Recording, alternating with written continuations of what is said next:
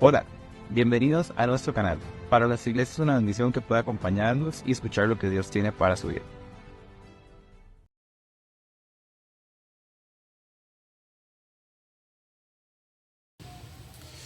Saludos hermanos, les invito a que puedan abrir sus Biblias en la primera carta del apóstol Juan, primera de Juan, recuerden está casi al final del Nuevo Testamento, capítulo 2. Hoy vamos a abarcar una porción bastante extensa, por lo que no vamos a ser demasiado exhaustivos, pero sí vamos a abarcar desde el versículo 1 hasta el 17.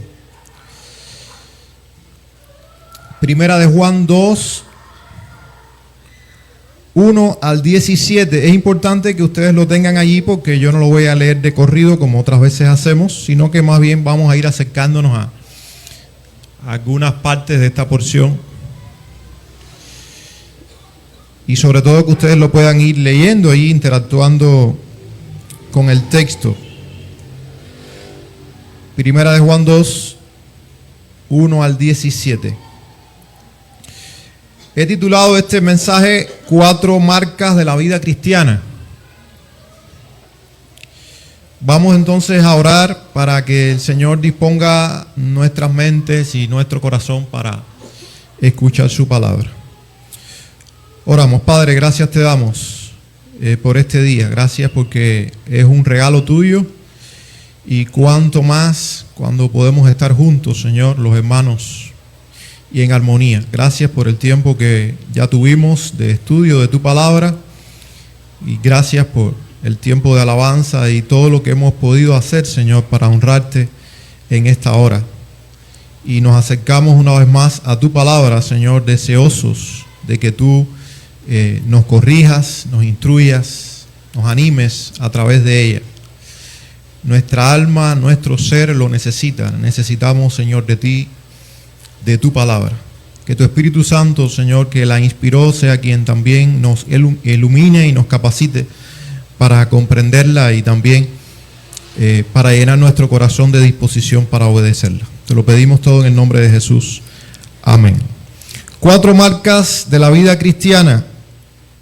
Los que han leído ya los primeros versículos sobre todo, y tal vez ustedes, algunos de ustedes que han estado leyendo la carta, sabían que Juan tiene varios propósitos cuando escribe la epístola.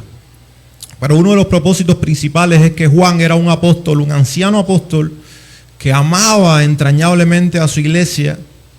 Era el único ya de los 12, el único que todavía vivía para ese momento, era bien anciano. No sabemos la edad exacta que tenía, pero era bien anciano. Estamos hablando de finales del primer siglo del cristianismo. Y como todo buen pastor y todo aquel que ama el rebaño del Señor, estaba preocupado por la salud de la iglesia, estaba preocupado por los ataques que estaban sucediéndose para con el pueblo de Dios.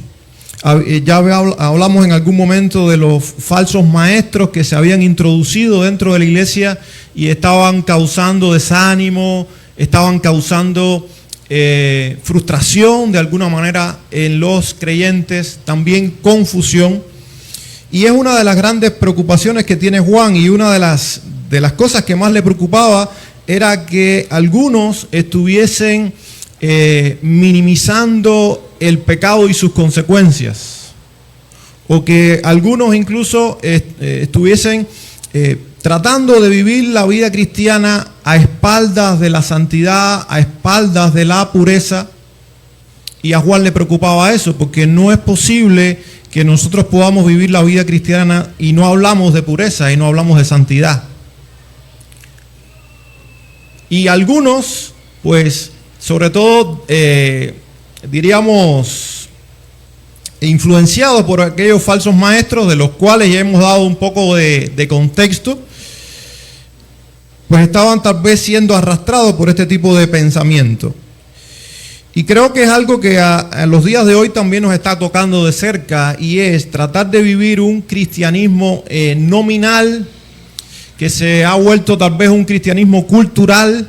Ya en algún momento hablábamos de que si tal vez en el tiempo de nuestros abuelos usted llegaba a un lugar y era difícil encontrarse con otro creyente, con otro cristiano, hoy está de moda. Pero la pregunta es si estamos hablando de un cristianismo verdadero o estamos hablando de un cristianismo cultural. Y nos debe preocupar mucho también lo que le estaba preocupando a Juan, tal vez un liberalismo que estaba penetrando a la iglesia, donde los cristianos se conformaban solamente con decir soy creyente. Aunque para aquellos tiempos, en el contexto, ser creyente y decirse soy un cristiano, ya eso implicaba un compromiso. Pero aún así, desde el punto de vista moral, siempre es peligroso pretender que nosotros somos cristianos y no nos interese cómo vivimos. Y no nos interesa entonces cómo actuamos. No nos interesan nuestras relaciones, no nos interesa nuestra moralidad, porque forma parte también de la vida cristiana y de los estándares de la vida cristiana. Por eso es que estoy hablando de 4 marcas para el cristiano. Y pudiéramos encontrar muchísimas otras cosas porque es un texto muy vasto, pero de esta manera fue que lo bosquejé y de esta manera vamos a centrarnos en estos 17 versículos y es importante que ustedes me vayan siguiendo allí. Ahora, es importante también que nosotros prestemos atención al tono de Juan, ¿verdad? El tono, nosotros sabemos que a la hora de comunicar algo es muy importante. Forma parte imprescindible de la comunicación. A veces los matrimonios se pelean, entran en desaveniencia, no tanto porque estén en discrepancia, sino que a veces cuando se dirigen uno al otro, uno de los dos se siente ofendido, no tanto por lo que la otra persona está diciendo, el contenido del mensaje, sino el tono del mensaje. A todos nos gusta que si nos van a llamar la atención, lo hagan con respeto, ¿no es así? Porque si ya el hecho de confrontarnos y llamarnos la atención es difícil, imagínense que además lo hagan con un tono despectivo, ofensivo.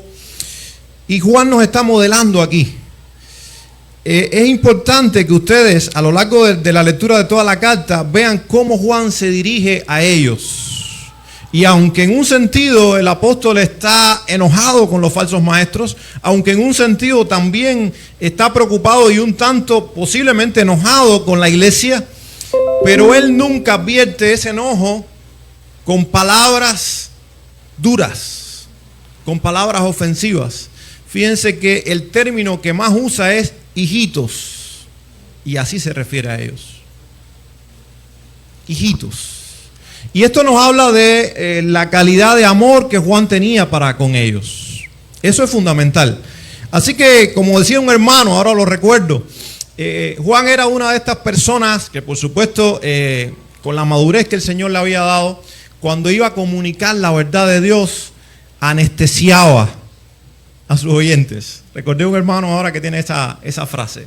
Es esa persona que es capaz de reprenderlo a usted duramente y al mismo tiempo usted está dispuesto a recibir esa reprimenda. En primer lugar, porque quien lo está reprendiendo se ha ganado el derecho, tiene la autoridad para ello. Y Juan tiene esa autoridad de parte de Dios. Y la tenía. Y por supuesto la tiene también para nosotros porque es palabra de Dios. Pero estamos hablando de la audiencia original. Y además por la manera en que se refería a ellos. Aquí hay un tic para nosotros, ¿verdad? No solamente los pastores, no solamente los maestros, los padres, los esposos. Digamos las cosas con amor y digamos las cosas en amor. Nos ganamos el respeto, nos ganamos el derecho. Igual confrontamos, igual estamos tal vez corrigiendo, pero se va a tomar esa reprensión de una manera completamente diferente. Juan enfatiza el perdón, también se refiere a pruebas visibles de la nueva vida en Cristo a lo largo de esta porción. Y el fundamento de todo no es el esfuerzo humano, sino la obra de Cristo. Y ahí es donde Juan va a partir en esta porción, que produce una ética de obediencia, amor y santidad en la vida cristiana. Así que la obra de Cristo requiere que vivamos en obediencia, y ahí vamos ya viendo las marcas, que ahora nos vamos a detener en ellas, en amor, en seguridad y en devoción exclusiva. La repito otra vez, y para los que están anotando o los que les gusta memorizar: obediencia, amor, seguridad y devoción exclusiva. Esas son 4 marcas que han de distinguir al cristiano. Son 4, diríamos, rasgos que han de distinguirnos a nosotros como cristianos. Versículos 1 al 6, ustedes lo pueden ir siguiendo allí con la vista. Podemos ver sobre todo el énfasis en la obediencia. Ahora Juan comienza diciendo: yo les escribo esto a ustedes, y aquí hay uno de los propósitos de la epístola, para que no pequen. Lo ven ahí en el 2:1. Él estaba preocupado, otra vez repito, por la manera en que algunos cristianos estaban viviendo.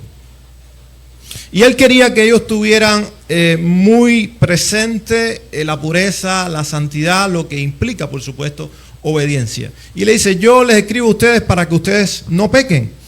Pero, y ahí deja la puerta abierta, porque es una realidad de la vida, pero si alguno peca, abogado tenemos para con el Padre.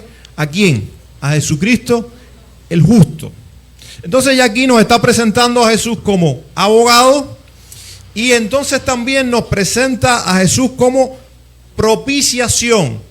Y aquí entonces unimos la abogacía del Señor con su propiciación, y no las podemos separar una de la otra. Y ahora voy a explicar un poco esto, porque esta es la base de la obediencia. Y esta va a ser también la base del amor, y esta va a ser la base de todas las otras marcas que voy a mencionar y otras que no voy a mencionar ahora. Y es la obra de Cristo a nuestro favor.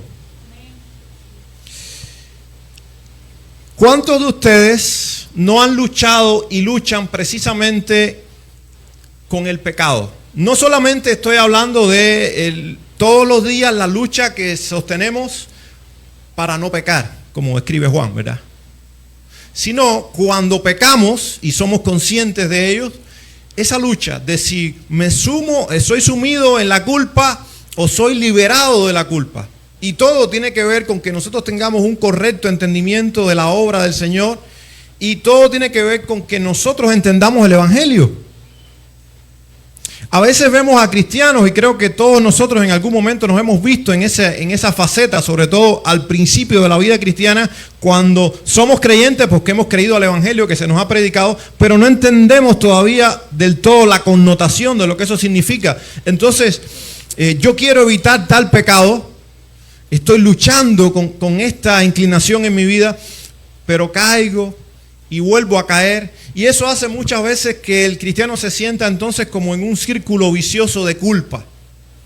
Y a veces sucede cristianos que dicen: yo no soy cristiano, porque yo no quiero pecar y peco, y yo no quiero pensar de esta manera y lo hago, y ofendo a Dios de una y otra manera. Y es alguien que ama tanto al Señor y cree al Evangelio que se está llenando de culpa. Y a veces han pasado 2, 3, 10 años, y ese hermano usted lo ve perseverando, usted ve frutos en él.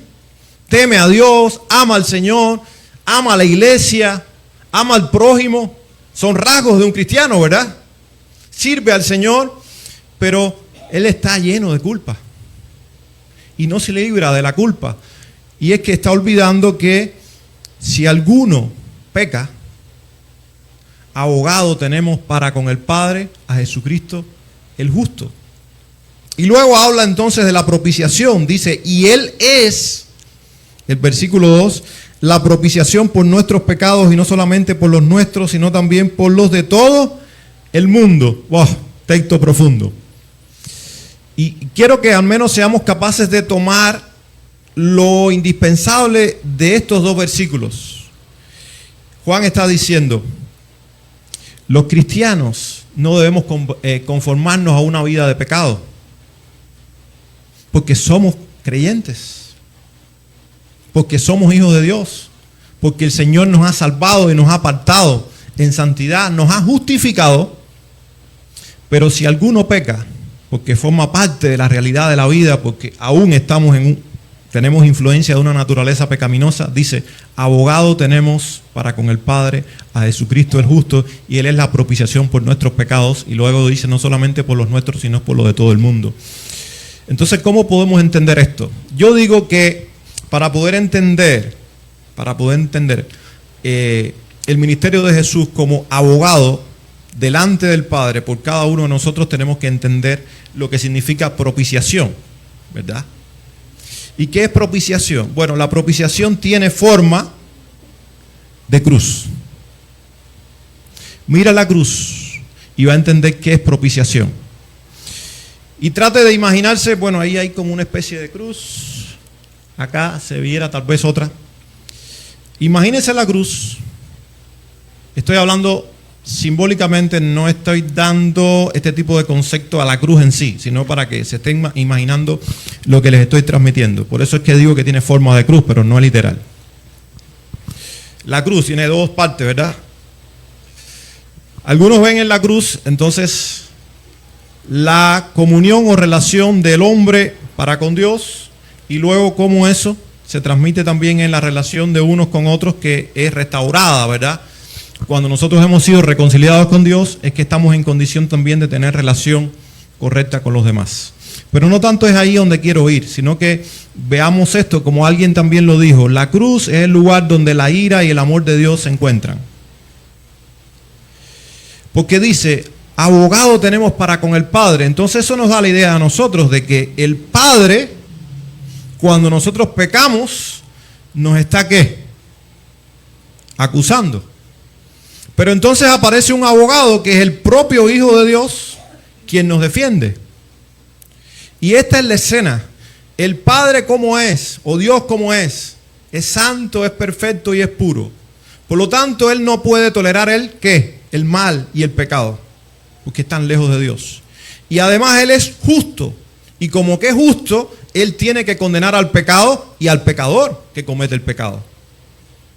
Y ahí tenemos un grave problema. Pero ¿dónde se soluciona el problema? Entonces en la propiciación. En el hecho de que entonces el Hijo de Dios, destinado desde antes de la fundación del mundo, voluntariamente haya venido a ocupar el lugar del pecador.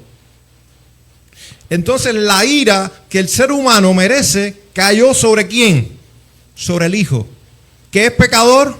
No, que es santo. Entonces el santo ocupa el lugar del pecador para que el pecador entonces sea visto como santo o como justificado por la obra de Cristo.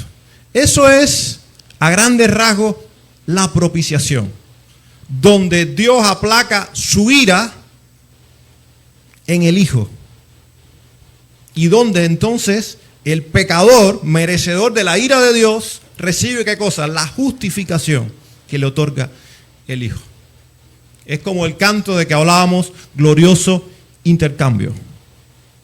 O como les decía, la cruz donde la ira y el amor de Dios se encuentran. Cuando nosotros entendemos eso y entendemos entonces que Cristo ocupó nuestro lugar, pero que pagó el precio por el pecado de todos los hombres en todas las épocas para siempre, es cuando nosotros entendemos que yo soy creyente y no quiero pecar, pero cuando peco tengo al abogado, que es Cristo, que cargó con la ira de Dios, que satisfizo la justicia de Dios, y entonces por medio de la obra de Cristo yo no solamente fui perdonado, sino que sigo siendo perdonado. El perdón de Dios está para conmigo, permanentemente en Cristo. Ahora dice también el texto que no solamente Él es la propiciación por nuestros pecados, los que hemos creído, sino por los de todo el mundo. Y es que entendámoslo de esta manera. Cuando nosotros nacimos a este mundo y vivíamos lejos de Dios, no conocíamos el Evangelio y vivíamos pecando y complaciéndonos en nuestro pecado, ya fuera a sabienda o por ignorancia, ya Cristo había pagado el precio por nosotros. Ahora, ¿se hizo efectivo cuándo? Cuando creímos. Entonces el sacrificio de Cristo potencialmente hace salvable a todo hombre, incluyéndonos a usted y a mí antes de conocer y creer al Evangelio. E incluye a todos los que han de creer de aquí en adelante.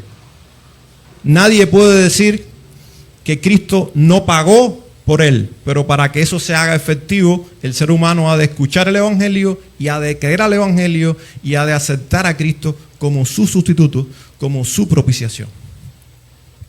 Y aquí está algo muy liberador. Tenemos a Cristo como nuestro abogado y como nuestra propiciación.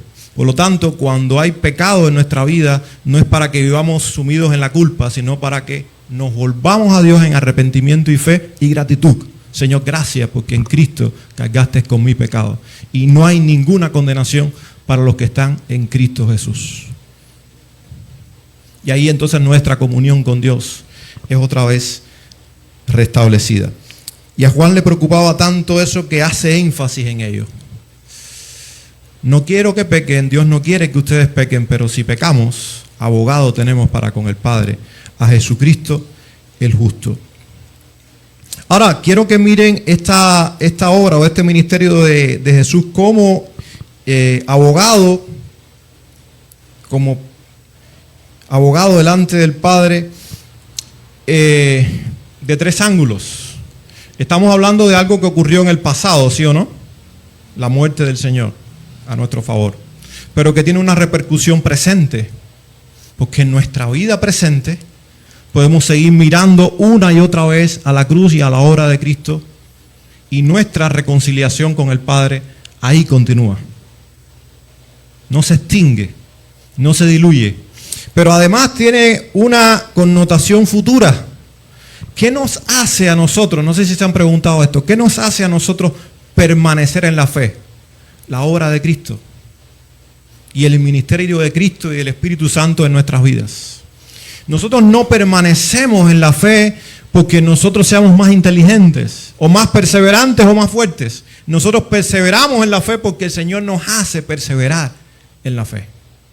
Entonces veamos la connotación de la propiciación del Señor, ocupando nuestro lugar, pero además habilitándonos para vivir la vida cristiana. Dice en otro texto la Biblia que el Espíritu Santo da testimonio a nuestro espíritu de que somos hijos de Dios. Por eso sé que todos ustedes han luchado, como he luchado yo, y seguimos luchando con estos sentimientos de culpa cuando peco, cuando me alejo, pero otra vez vuelvo a la cruz y veo que la puerta no se ha cerrado, permanece abierta. ¿Por qué? Porque yo soy un hijo de Dios. Yo les decía antes, en algún momento, no existe tal cosa como a veces escucho cristianos, fulano era cristiano. ¿Era cristiano? No existe eso. El cristiano es cristiano.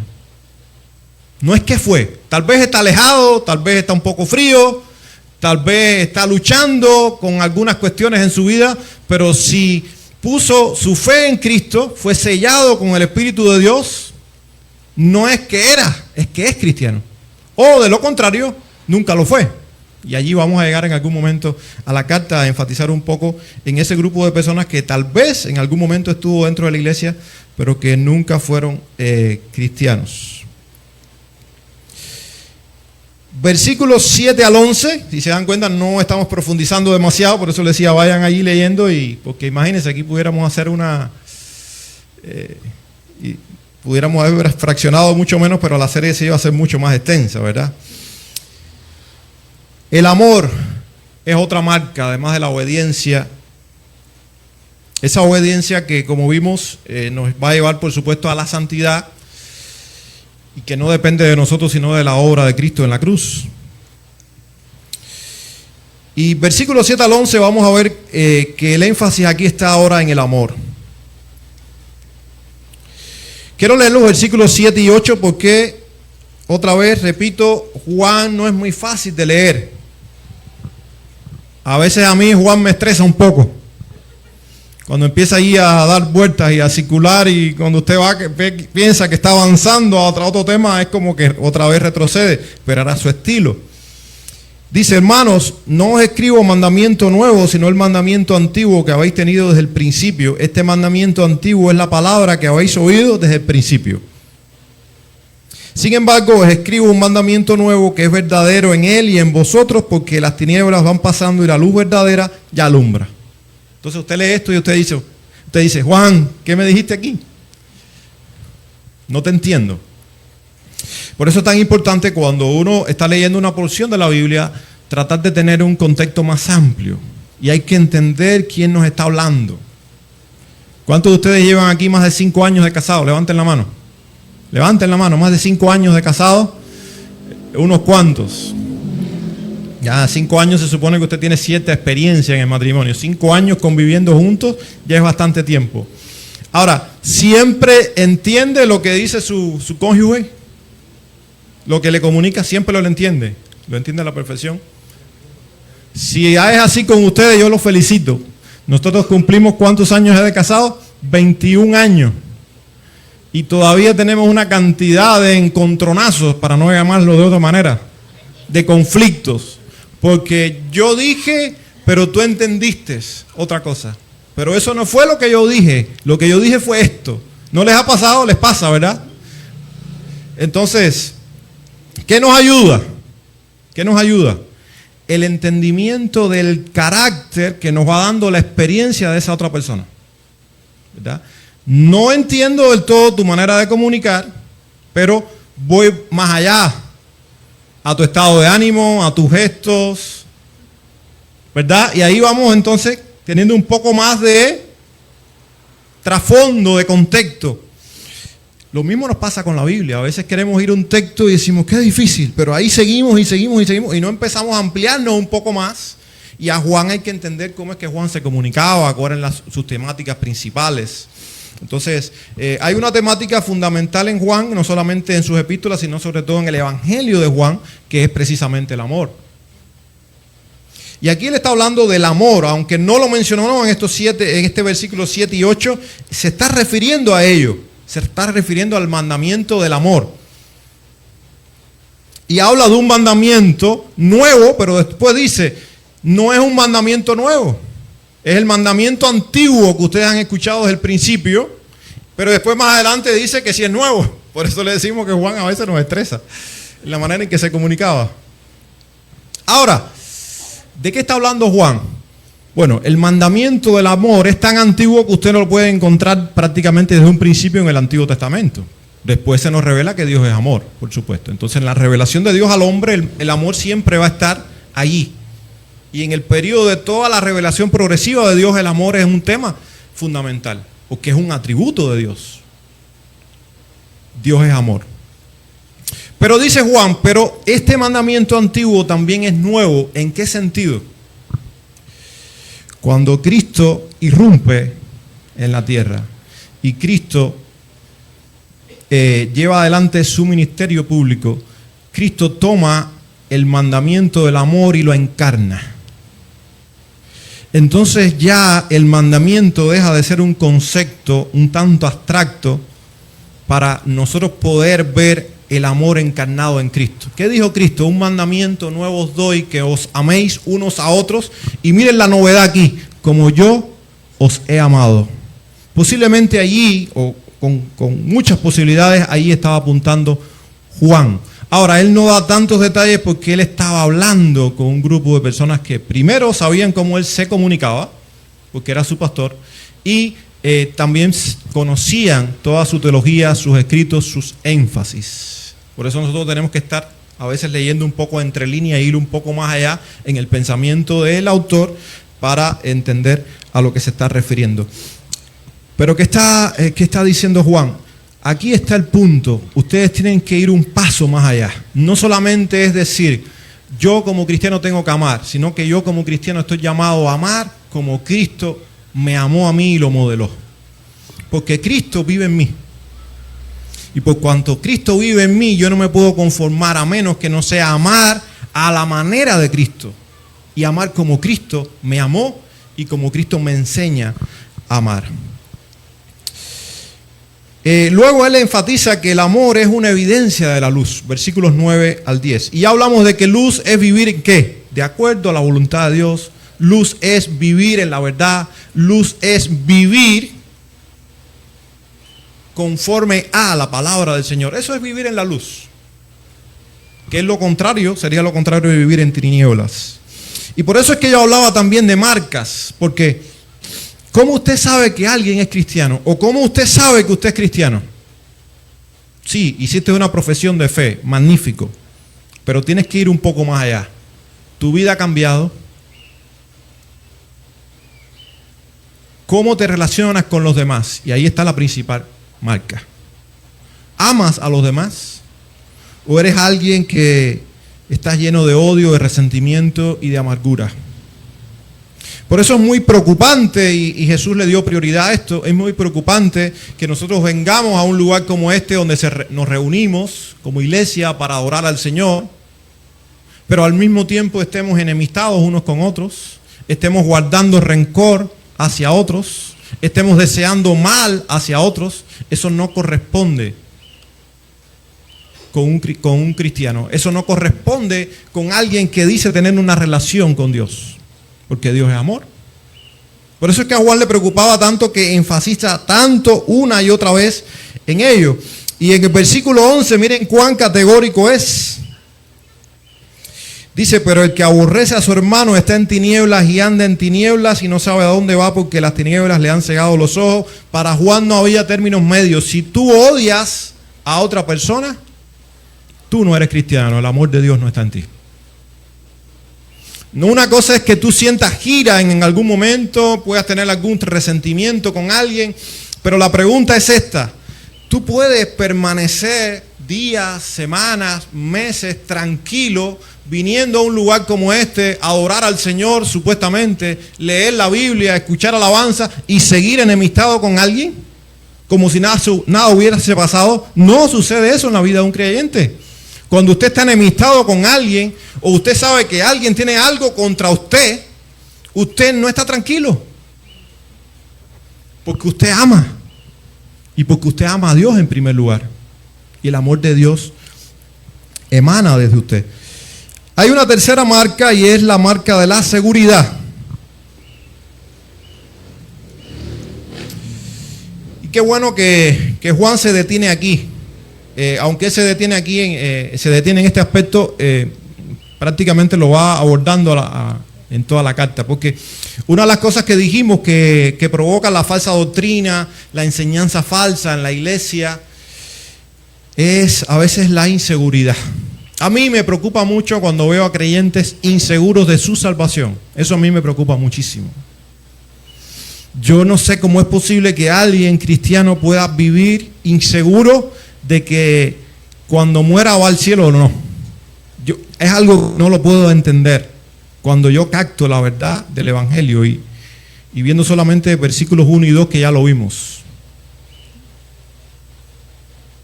Yo no voy a poder hacer una defensa aquí porque no es el momento para ello de la seguridad de la salvación. Pero sí puedo decir esto: si eres cristiano y es para siempre. No es posible que tú estés viviendo, o no debería ser, que estés viviendo con esa incertidumbre de si soy cristiano o no soy. O si pasa esto y hago aquello, y llega el momento de la muerte, como hay algunos cristianos que están viviendo en esa incertidumbre, yo no sé si voy con el Señor o no. Eso no es el Evangelio bíblico. Cristo pagó por nuestros pecados, somos hijos de Dios para siempre. Ahora, si cuando usted comienza a inspeccionarse, usted se da cuenta que hay rasgos que le hacen dudar de si usted es un verdadero creyente, pues usted y solamente usted puede saberlo, guiado por el Señor, y tal vez tenga que volverse en arrepentimiento y fe porque usted solamente creyó a un evangelio intelectual y no ha tenido un encuentro real con el Señor. Pero si usted ha creído al Señor, usted es un hijo de Dios.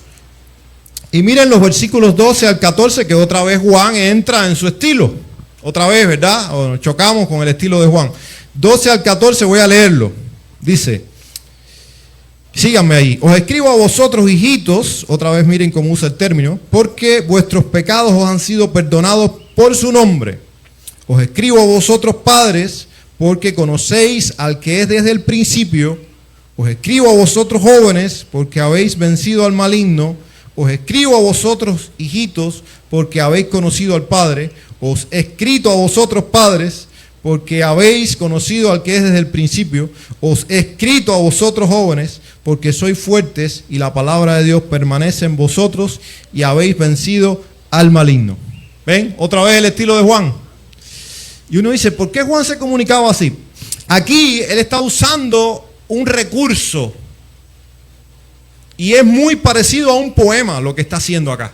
Tal vez no sea un poema del todo, hay discusión ahí entre los entendidos, pero se acerca mucho a un poema para hacer un énfasis marcado. Ahora, es un texto complejo, como ustedes lo ven. Primero, se refiere a en tiempo presente, os escribo, y menciona los tres grupos, hijitos, padres y jóvenes, en ese orden. Es muy curioso porque padre está en el medio. No es padres, jóvenes, hijitos, o no es hijitos, jóvenes, padres, es hijitos, padres, jóvenes. Y después en el mismo orden, pero cambia el término verbal y entonces habla en pasado, o escrito a vosotros. Es como que está haciendo un doble énfasis. Y aunque algunos pueden ver acá un énfasis posiblemente en tres grupos de edades o tres momentos de la vida cristiana, yo me inclino más a que él está hablando al mismo grupo de personas, pero que está usando tres calificativos. ¿Por qué? Porque a lo que se refiere, tanto para con los hijitos como con los jóvenes, con los padres, las dos veces en que lo repite, se aplica a todo creyente verdadero. Miren, versículo 12. Os escribo a vosotros, hijitos, porque vuestros pecados os han sido perdonados por su nombre. ¿Quiénes son esos? ¿Los jóvenes en la fe? ¿Los que llevan cierto tiempo o los que llevan mucho tiempo? Todos los creyentes. Entonces está hablando a todos. Dice entonces el 13. Os escribo a vosotros, padres, porque conocéis al que es desde el principio. ¿Quién es el que es desde el principio? El Señor. ¿Quiénes conocen en la iglesia al que es desde el principio? ¿Algunos? Todos los creyentes. No es un conocimiento intelectual aquí, sino un conocimiento de relación por la fe en Cristo. Dice, os escribo a vosotros jóvenes porque habéis vencido al maligno. ¿Quiénes han vencido al maligno? ¿Algunos? Todos, porque el maligno fue vencido en la cruz. Y los que tienen la fe puesta en Cristo, todos han vencido al maligno. Ahora que la lucha hay que sostenerla todos los días, también es verdad. Pero ya el maligno fue vencido. Por eso a veces me escandaliza un poco cuando veo a cristianos peleando con el diablo una y otra vez. ¿Para qué peleas con alguien que ya fue vencido? La Biblia nos llama a estar firmes ante las acechanzas del diablo. Nunca la Biblia nos manda a hacer guerra con el diablo. Jamás. Sí hay una lucha contra sangre y carne, pero la lucha no es que usted está fajado con ellos. La lucha es que usted los resiste. Las acechanzas. Pero ya el diablo fue vencido. Entonces, por cuanto se aplica todo lo que se dice, tanto a los hijitos como a los jóvenes, a los padres, yo creo que la mejor forma es decir, es tres calificativos que está usando para hacer un marcado énfasis en la seguridad del creyente. Y esto tiene mucho sentido porque si había algunos que estaban cuestionando esa seguridad y había algunos que estaban dudando, pues entonces este es un texto para que nosotros no dudemos. Creíste en Cristo, tus pecados fueron perdonados. Creíste en Cristo, eres su hijo, tú has vencido al maligno. Creíste en Cristo, eres un hijo de Dios, conoces al que es del principio. Y fíjense, el término verbal no está hablando aquí de una posibilidad, está hablando de una certeza.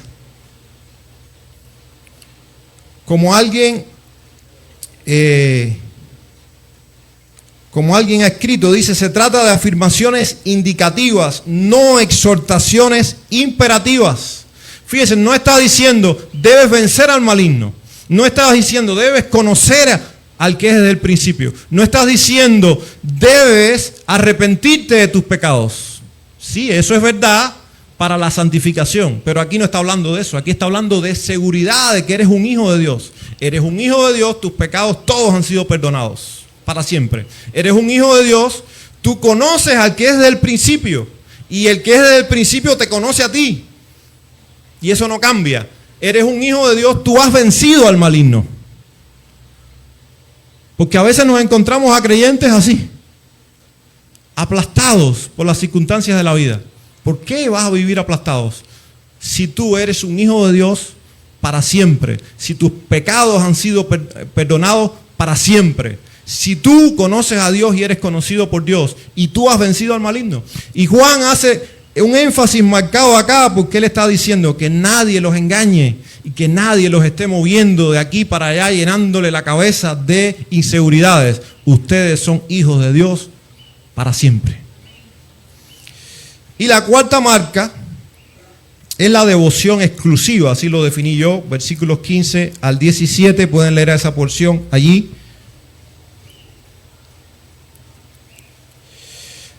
Ahora miren el 15. Miren cómo termina esta sección, Juan, ¿verdad? Y es que esto sí no nos puede tomar de sorpresa. Ha venido describiendo cómo es un hijo de Dios. Partió de la obra de Cristo, hizo otra vez énfasis en la obra de Cristo y Cristo como abogado y como propiciación por nuestros pecados. Ha hecho énfasis en el amor que debe distinguir al creyente. Ha hecho énfasis entonces en la seguridad que ha de distinguir al creyente. Estamos seguros en Cristo. Pero miren cómo termina. Y aquí se termina con un mandamiento. No améis al mundo, ni las cosas que están en el mundo. Miren qué categórico es otra vez. Al mismo tiempo que da seguridad, al mismo tiempo deja la puerta abierta para que nosotros como creyentes hagamos un autoanálisis. Si alguno ama al mundo, el amor del Padre no está en él. Es categórico. Porque todo lo que hay en el mundo, los deseos de la carne, los deseos de los ojos y la vanagloria de la vida, no proviene del Padre, sino del mundo. Y el mundo pasa y sus deseos, pero el que hace la voluntad de Dios permanece para siempre. Ahora, ha habido bastante, tristemente, ha habido bastante confusión con lo que significa el mundo, aquí, en este sentido en que se está refiriendo la Biblia. Al punto de que a veces las generaciones de creyentes, el mundo es si vas a un estadio a ver un partido de béisbol. Tal vez hoy no sea un problema, pero tal vez fue un problema antes. ¿Qué hace un cristiano viendo ahí un partido de béisbol o de fútbol en esa algarabía? ¿O qué hace un cristiano viendo una novela? ¿O qué hace un cristiano viendo una película? ¿O qué hace un cristiano escuchando música que no sea cristiana? Y a todo eso le llamamos mundo. No, eso no es el mundo. El mundo es el sistema de valores filosófico, ideológico que impera fuera de la iglesia y del reino de Dios. Eso es mundo. Del cual dice la Biblia que su príncipe es el diablo. Lo que Juan está diciendo es, si tú amas ese sistema de valores, si tú amas esa forma de pensamiento, si tú amas esa ideología, el amor de Dios no está en ti. No hay nada de Dios en ti. Ahora, ¿nos sentimos nosotros tentados por todo eso? Sí. Tenemos que tomar medidas preventivas para no ser arrastrados o influenciados por el mundo, sí. Pero ir más allá y decir que ir a tal lugar o hacer tal cosa o ver tal cosa es el mundo, no. Y mucho menos, entonces decir, no, yo no me comunico contigo, yo rompo relación contigo porque tú eres un mundano. Eso sí es un problema. ¿Por qué? ¿Y qué éramos nosotros antes? ¿Y cómo vamos a alcanzar nosotros a alguien con el evangelio si no es amándolo y pasando tiempo con él? Ahora, que usted haga lo mismo que la persona, que usted piense igual que la persona, ya es otra cosa. Pero que usted se relaciona con una persona que no es de Dios, usted se relaciona con esa persona porque lo ama y está llamado a eso. Eso no es el mundo. Estoy hablando de esto porque son extremos que se han vivido. Como un pastor escuchaba en estos días la anécdota, decía que él era pequeño, ya es un pastor anciano ya, era pequeño, y su padre era muy recto y era los que tenía este tipo de criterio. todo era mundano, todo era perverso, todo era malo. Entonces, él tenía el ansia como niño de ir a unos fuegos artificiales que hacían en su país, que era un gran espectáculo, es como decir el Festival de la Luz aquí. Y él lo veía de lejos y él quería estar allí y verlo. Cuando le dice al padre, papá, ¿me puedes llevar? Dijo, eso no es para cristianos. Pero miren lo que pasó. Como que estaban en la fecha del festival, como 1 o 2 días después de eso, de esa prohibición del padre, toca a casa del papá el pastor de la iglesia. Pastor, ¿qué hace por acá? Vengo a hacerles una invitación. Vengo a invitarles a ustedes y sobre todo a su niño para ir al festival de los fuegos artificiales. Imagínense el padre. Un corto de circuito. Y el padre entonces, arrastrado por el pastor, fue a los fuegos y fue algo espectacular para ese niño.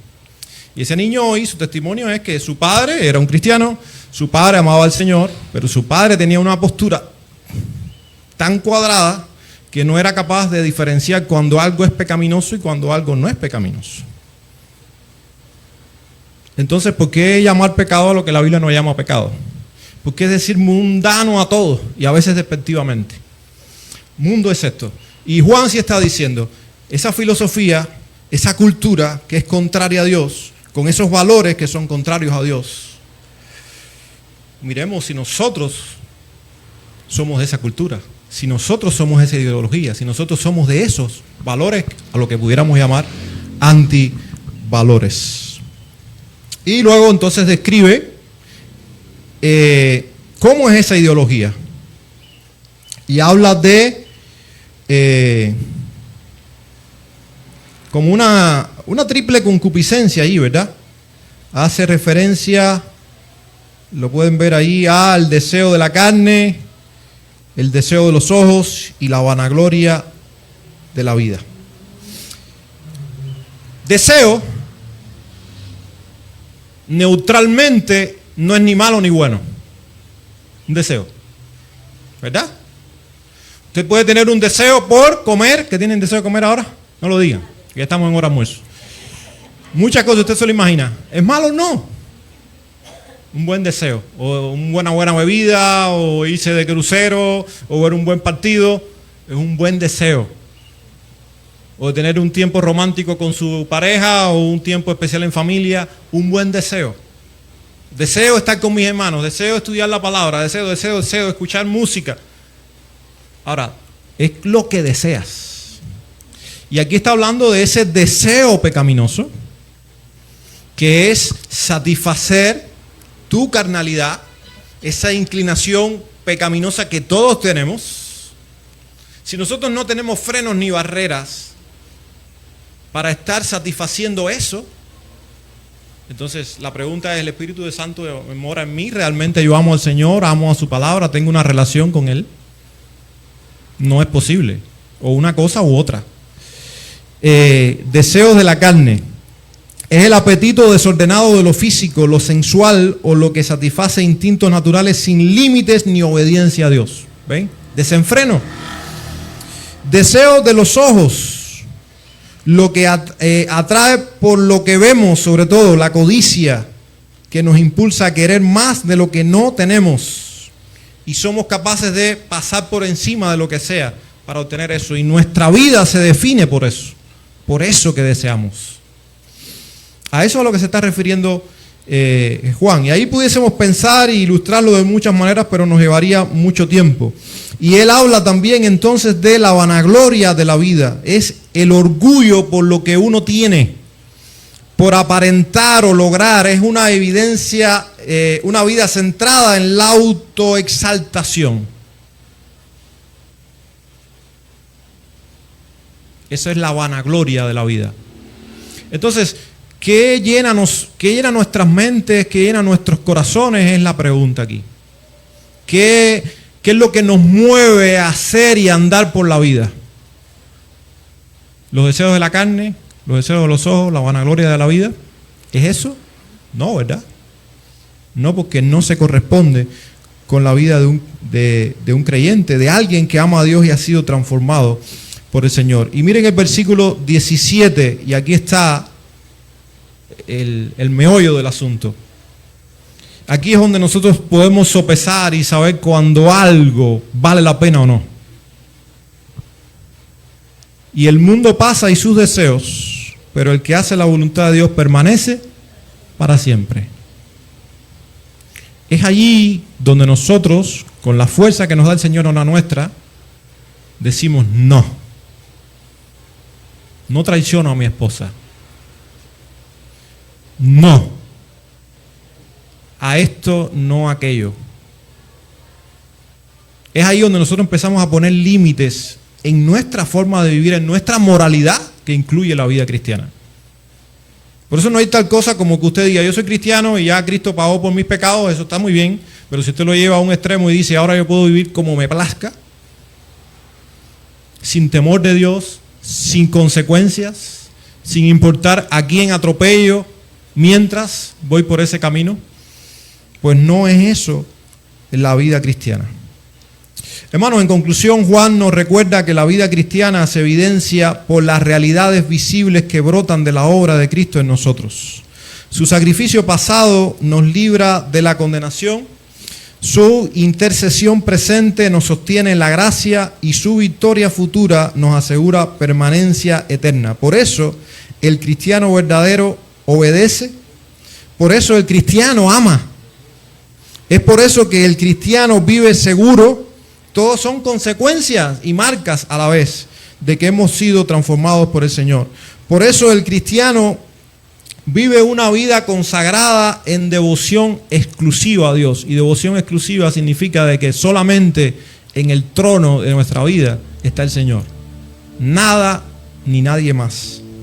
Porque el mundo pasa, pero el que hace la voluntad de Dios permanece para siempre. Así, nuestra seguridad está en la obra perfecta de Cristo y nuestra responsabilidad entonces, la respuesta esperada es reflejar esa obra con una vida de obediencia, una vida de amor, una vida de madurez que trae y se hace visible en la seguridad del creyente y una vida de lealtad o de devoción absoluta al Señor. El Señor les bendiga, hermanos.